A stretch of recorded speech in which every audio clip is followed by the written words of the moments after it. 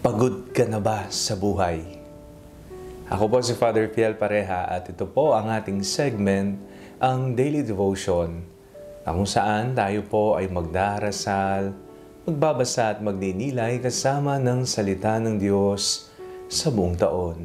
Manalangin tayo. Sa ngalan ng Ama, ng Anak at ng Espiritu Santo. Amen. Halina, banal na Espiritu, liwanagan mo ang aming puso at isip, nang maunawaan at may sa buhay namin ng iyong salita. Amen. Our Bible passage for today is from the Gospel of St. Matthew chapter 11, verses 28 to 30, and I read it for you. Come to me, all you that are weary and are carrying heavy burdens, and I will give you rest. Take my yoke upon you and learn from me, for I am gentle and humble in heart, and you will find rest for your souls. For my yoke is easy and burden is light. Papatapos na po ang taon. Ilang araw na lamang po at matatapos ng 2024, panibagong taon na naman. Kumusta po ang naging taon ninyo? Kung babalikan po ninyo ang mga alaala, ang mga karanasan sa inyong buhay sa taong ito, kumusta naman po? Pagod na po ba kayo? Susuko na po ba kayo? May mga mabibigat na karanasan, matinding revelasyon, mga pagsubok na napapabuntong hininga ka na lamang. Ngunit mayroon din naman ng mga masasayang karanasan na kailangan din nating i-acknowledge sa ating buhay.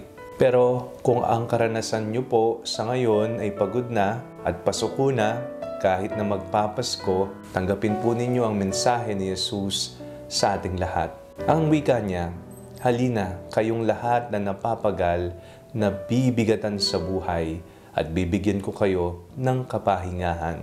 Sa mundong ito, tayo po ay daranas ng mga mabibigat na pagsubok. Pero ang Panginoon ay nariyan. Hindi niya pinangakong tatanggalin niya ang bigat, kung hindi, ang kanyang ipinangako ay sasamahan niya tayong magbubuhat sa mabigat na pasan-pasan natin sa buhay.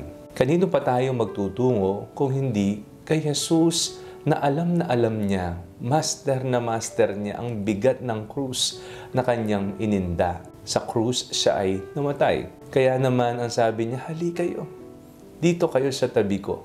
Akin lamang kayo. At ako'y tutulong sa pagbubuhat ng mga pasanin ninyo sa buhay. Huwag pong mag-alala, kahit na ilang araw na lamang at magtatapos na, let us enjoy each day. Let us give thanks to God. Huwag po kayong susuko. Nariyan si Jesus na kasama ninyo. Manalangin tayo. Panginoong Jesucristo, maraming salamat po sa pagtulong sa amin upang buhatin ang mga mabibigat na krus sa aming buhay. Amen. Sa ngalan ng Ama, ng Anak at ng Espiritu Santo. Amen. Huwag po ninyong kalimutang i-like ang video ito, mag-comment po kayo and share it with your family and friends. Ang Panalangin Bago Matulog ay may sariling Facebook page na po. Huwag niyo pong kakalimutang mag-like at mag-follow dito, and do not forget to subscribe to our YouTube channel. I-click niyo lamang po ang link na nasa description ng video ito, o kaya naman po, just search Father Fiel Pareha. God bless you po.